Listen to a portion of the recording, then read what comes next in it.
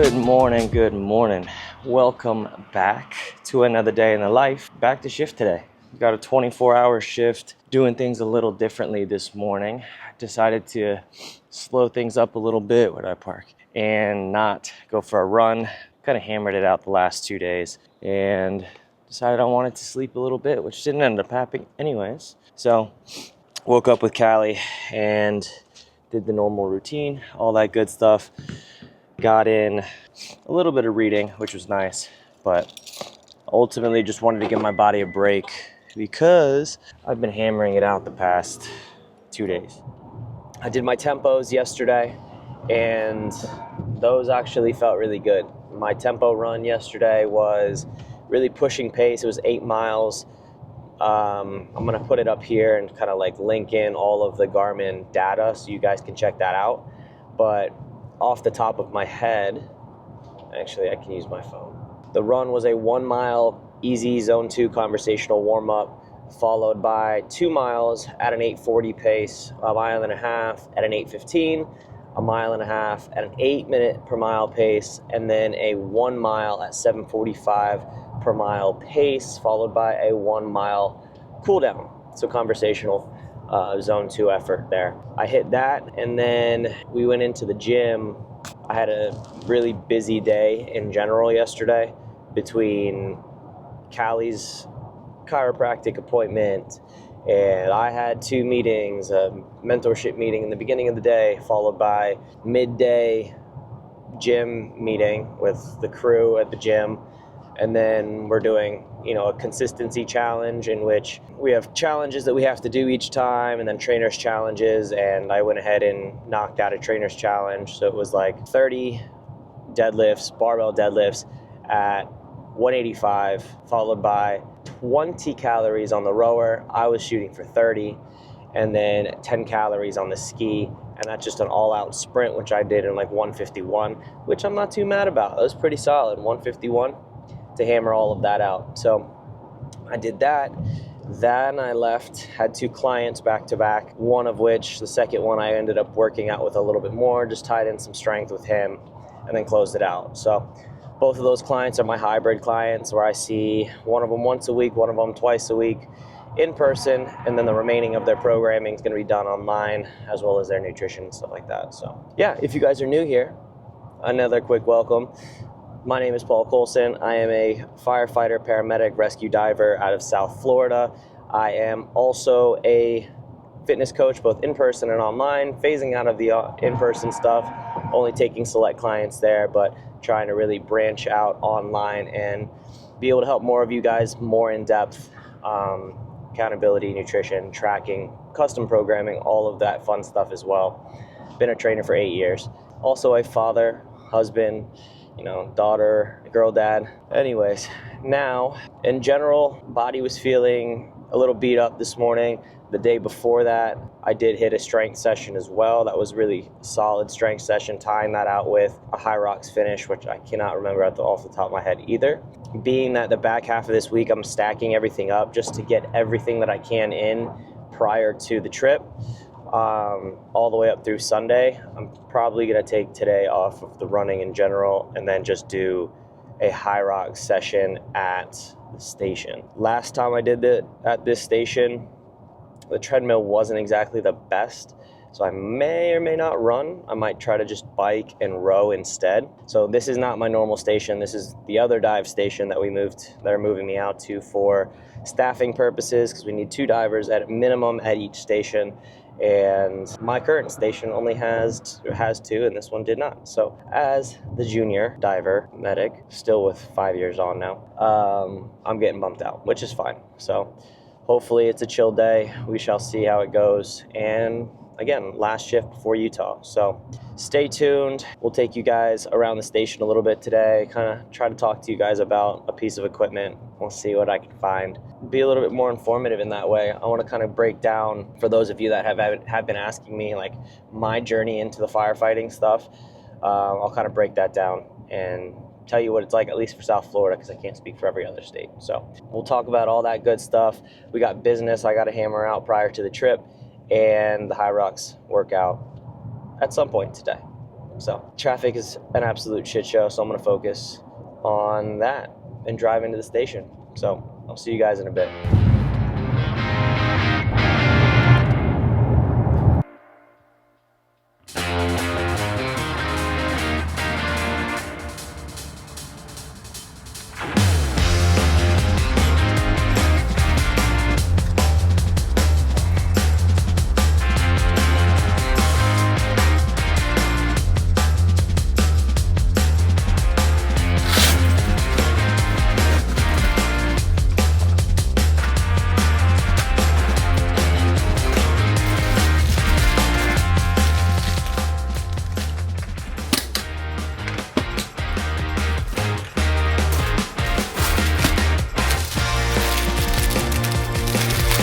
Made it to shift. Traffic was absolutely horrendous on the way down here today. Got the stuff on the truck. So I kind of just wanted to walk you guys through what generally happens once we get to shift. We get here ideally, early before 8 o'clock to relieve the other person ahead of us. Initially get a quick breakdown of the day before from the off-coming crew or the person you are relieving. I get the radio, my lapel mic and holster and things like that. Which I generally keep up front because I just use the clip for my belt. If I was on the engine, generally I wear the lapel just because easier for fires and things like that, but for the most part, the clip works just fine. After we've done that initial check or pass down, I'll throw my stuff on the truck, check out my air pack, and load all my gear into my compartment. For me, because I'm a diver, I have to go ahead and make sure the dive equipment is straightened out and ready to go. Bottles full and everything is working properly, as well as bring my dive bag and put that up here as well.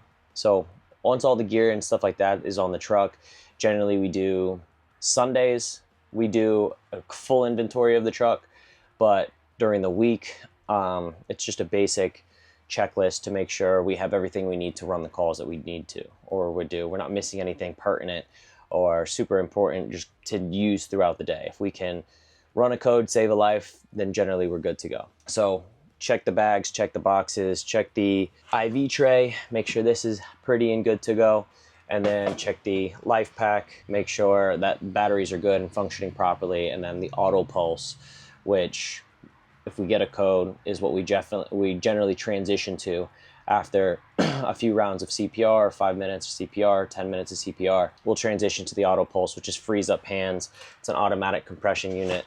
So it'll do compressions while we free up a hand and can go from there. We do the basic truck checkout on there. And after that point, generally we back it in and we're good to go until the calls start rolling in. So I just wanted to take a minute to talk about kind of my journey into this process because I know I've had a couple people asking about it. Originally, high school, I wanted to be a firefighter. Thought I would miss out if I didn't do the college route, so I went to college. After college, didn't want to do the desk job, so found myself trying training, but still missing something else on top of the training. So I chose to go to EMT school. I did EMT school for 3 or 4 months. After that was done, I went straight into Fire Academy. Fire Academy, I chose to do a 6-month period. You can do 3 or 6 months. 3 is a lot more fast-paced. 6 months allowed me to do a part-time job, like training, while I was still doing schooling, which I honestly preferred because it just gave you more time to learn and adapt and grow and just enjoy the experience a little bit more. I did the 6-month. After that point, as a firefighter EMT, you can technically apply to certain departments that do hire just EMTs. South Florida, for the most part, unless you're in North Florida, you need to be a firefighter paramedic. Most departments will hire you just as an EMT, but within certain criteria. For me, I was in P4, so the last semester of paramedic school. You have 2 years to get your medic done on the job, and if you don't get your medic job, you're at risk of losing your job at that point because you had to be a medic within that 2-year time cap. Some departments will just hire you as an EMT, mostly the bigger departments, but generally the smaller, more city-oriented departments, you need to be a medic at some point, either during probation or short. So I don't even know where I ended up with you guys when I jumped off a little bit ago. That was actually earlier this morning. Again, as soon as we got the call, we were pretty much gone from the station until 3 o'clock. And then finally came back. We were just here, maybe bits and pieces for like 5 or 10 minutes in between them. And for some reason, every time I film and talk to you guys at this station, which is generally a slower station, it ends up being super busy. So I think we had like 7 calls before 3, which again for this station is quite a lot of volume. So finally got some time to get back and chill. I finished editing last week's vlog once this is posted, and hopefully it wasn't too rushed, but a lot of talking points in that one. Now I got to do some busy work and stuff, and I still want to get the Hyrox workout in today. I'm debating on probably eating dinner a little early, letting that digest, and then doing after dinner once it's digested. Because I'm already getting hungry now. I have snacks that I can hammer out afterwards, like a protein bar, David's protein bar, to finish it out. So that is going to be the goal. I still got to get that in. You guys are keeping me accountable on that one. Because I will say it gets easy to let the workouts go to the wayside when you're at station and running calls like that. Plus I have other stuff I want to do. So you can fall into a rut of not getting the stuff done. We will get that stuff done today.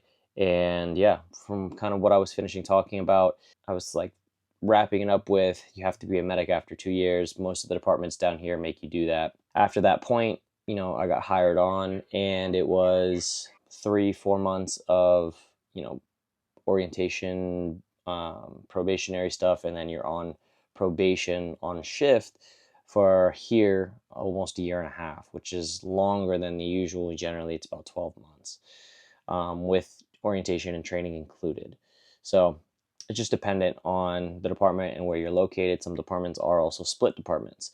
I was lucky enough, they needed divers at the time of nearing the end of probation to be probably the first probationary rescue diver at the department. So I jumped on that because I had prior diving experience, and then just kind of added to it. So it was a nice little bump in pay, and, gave me a little bit of seniority on top of that, being a younger guy in. So that was kind of my way about into it. I was working all throughout the process of that. Obviously, I'm still training and doing those things on the side. That was my entrance into the fire service. And for those of you out there that are doing so, just study, work hard, and just keep at it. The EMT stuff's not super hard. It's just getting the work done, learning.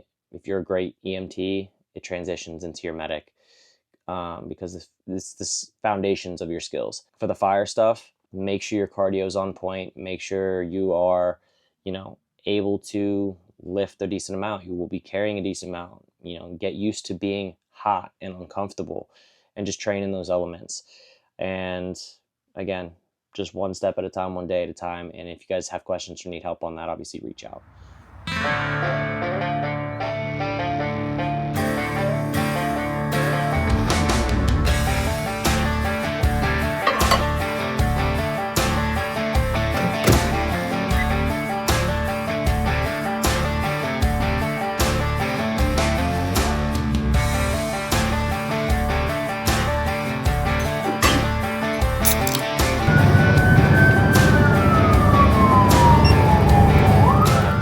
Real quick, just ran another call. It's been nonstop today. Beyond weird for this station in general, but we're here. It is now almost 8:30, and like I promised, we're gonna get that Hyrox workout in. So I'll put the screenshot up here like I've done before, but it's gonna be a 500-meter row, 20 burpees, 30 wall balls, a 1K run, 40 lunges, 50 thrusters, and a 2K bike. I think in a normal situation, not pressed for time, I might do 2 rounds at least. But today the goal is just 20-30 minutes or under, knock that shit out and be done with it for the night. Because who knows at this point what the rest of the day has in store. So we're gonna knock that out. I was able to get the video loading, but it takes 3 hours for the video to upload to YouTube. So again, this doesn't make any difference for you because you're gonna see it already by the time you watch this one, but whatever. So yeah, that's loading. Managed to do some business stuff, and we had dinner, ran the call. Now we're back and we're gonna hit this workout. So I'll chat with you guys at the end of it.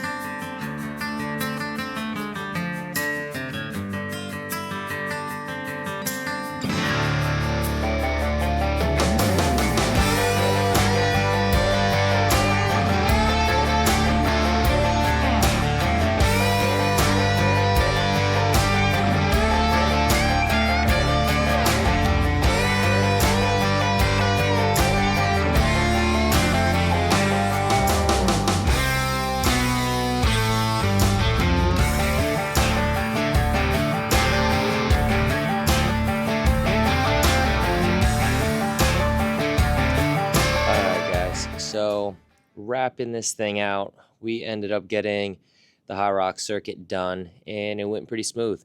Honestly, I think outside of the station, like I said before, if I had more time, 2 or 3 rounds on that would have been nice.